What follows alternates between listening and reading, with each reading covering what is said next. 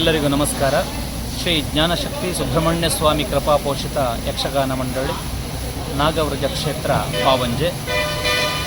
ನಮ್ಮ ಮೇಳದ 6ನೇ ವರ್ಷದ ಯಾನಾರಂಭ 2/11/2025 ಆದಿತ್ಯವಾರದಂದು ಸಂಜೆ ಗಂಟೆ 5ಕ್ಕೆ ಆರಂಭಗೊಳ್ಳುವುದಕ್ಕಿದೆ. ಈ ವರ್ಷ ವಿಶೇಷವಾಗಿ ತೆಂಕುತಿಟ್ಟಿನ ಪ್ರಸಿದ್ಧ ಕಲಾವಿದರನ್ನು ಮೇಳಕ್ಕೆ ಸೇರ್ಪಡೆಗೊಳಿಸುವುದರೊಂದಿಗೆ ಹಾಗೆಯೇ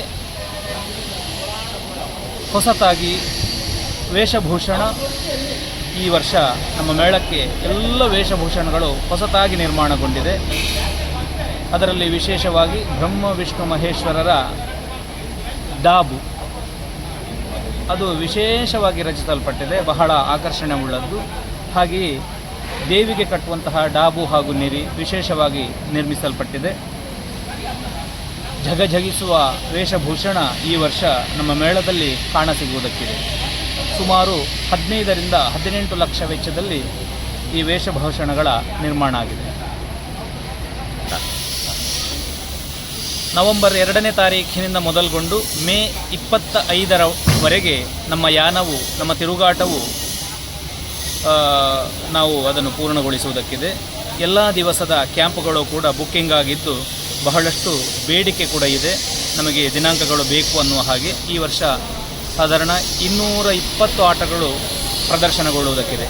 ಹೊಸತಾಗಿ ಶ್ರೀಯುತ ಪವನ್ ಕಿರಣ್ ಕೆರೆ ಇವರಿಂದ ರಚಿಸಲ್ಪಟ್ಟ ಶ್ರೀ ತುಳಸಿ ಎನ್ನುವಂತಹ ಕುತೂಹಲ ಭರಿತವಾದಂತಹ ವಿಶೇಷತೆಯನ್ನು ಒಳಗೊಂಡಂತಹ ಪ್ರಸಂಗ ನಮ್ಮ ರಂಗಸ್ಥಳದಲ್ಲಿ ಮೆರುಗುಗೊಳ್ಳುವುದಕ್ಕಿದೆ.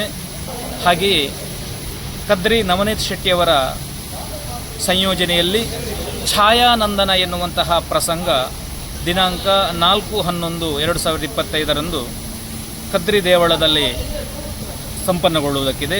ಈ ಪ್ರಸಂಗವು ಈ ವರ್ಷ ಮೇಳದಲ್ಲಿ ವಿಶೇಷವಾಗಿ ಆಕರ್ಷಣೆಯನ್ನು ಹೊಂದುವುದಕ್ಕಿದೆ. ಈ ವರ್ಷದ ಹೊಸ ಪ್ರಸಂಗಗಳು. ಹಾಗೆಯೇ ಪೌರಾಣಿಕ ಪ್ರಸಂಗಗಳು ಸಾಧಾರಣ ನಾವು 50ರಿಂದ 75 ಪ್ರಸಂಗಗಳ ಪಟ್ಟಿ ಮಾಡಿದ್ದೇವೆ. ಕುತೂಹಲ ಭರಿತವಾದಂತಹ ಪ್ರಸಂಗಗಳು ಹಾಗೆಯೇ ಆಕರ್ಷಣೀಯವಾದಂತಹ ಪ್ರಸಂಗಗಳನ್ನು ಸಂಯೋಜನೆ ಮಾಡಿದ್ದೇವೆ. ಇದನ್ನು ಪ್ರೇಕ್ಷಕರ ನೆರವಿಗೆ ನಾವು ಮುಂದೆ ಪ್ರಕಟಿಸುವುದಕ್ಕಿದ್ದೇವೆ. ಶ್ರೀ ತುಳಸಿ ಎನ್ನುವುದು ಈ ವರ್ಷದ ಹೊಸ ಆಖ್ಯಾನ. ಎಲ್ಲರಿಗೂ ನಮಸ್ಕಾರ. ನಾನು ರವಿ ಹಳೆಯಂಗಡಿ ಯಕ್ಷಗಾನ ವೇಷಭೂಷಣ ತಯಾರಿಕಾ ಸಂಸ್ಥೆಯನ್ನು ನಡೆಸ್ತಾ ಇರುವಂಥ ಈ ವರ್ಷ ಪಾವಂಜೆ ಮೇಳದ ಒಂದು ವೇಷಭೂಷಣದ ಜವಾಬ್ದಾರಿಯನ್ನು ಆಡಳಿತ ಮಂಡಳಿ ನನಗೆ ವಹಿಸಿಕೊಟ್ಟಿತ್ತು.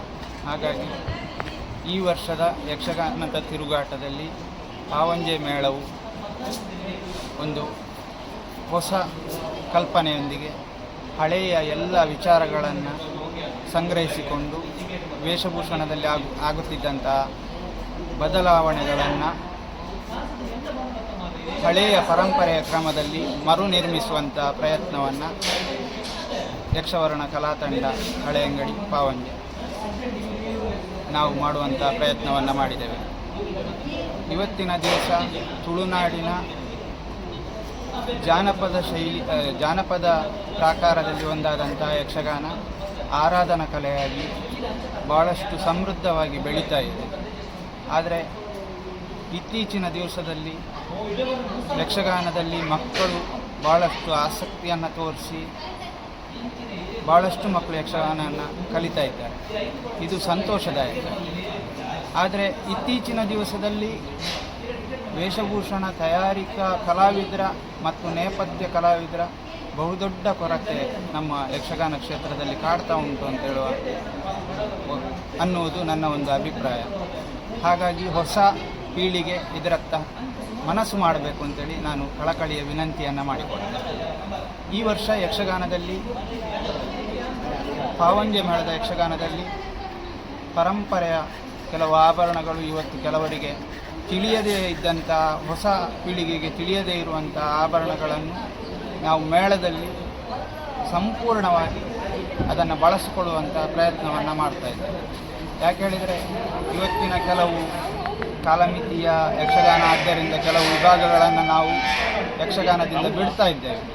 ಆದರೆ ವೇಷಭೂಷಣವನ್ನು ಪರಿಪೂರ್ಣವಾಗಿಸುವಂಥ ಕಾಲ್ಮುಳ್ಳು, ಕಾಲು ಕಡಗ, ಕಾಲು ಚೆಂಡು, ವೀರಗಾಸೆಯ ಬದಿಯಲ್ಲಿ ಬರುವಂಥ ಮಾರಮಾಲೆಗಳು, ಪರಂಪರೆಯ ಕೈಕಟ್ಟು, ಕೈಸರ, ಇಂಥ ಕೆಲವು ಯಕ್ಷಗಾನದ ವೃತ್ತಿಪರ ವೇದಿಕೆಯಿಂದ ಹೊರಗೆ ಹೋಗ್ತಾ ಇದ್ದಂಥ ವಿಚಾರಗಳನ್ನು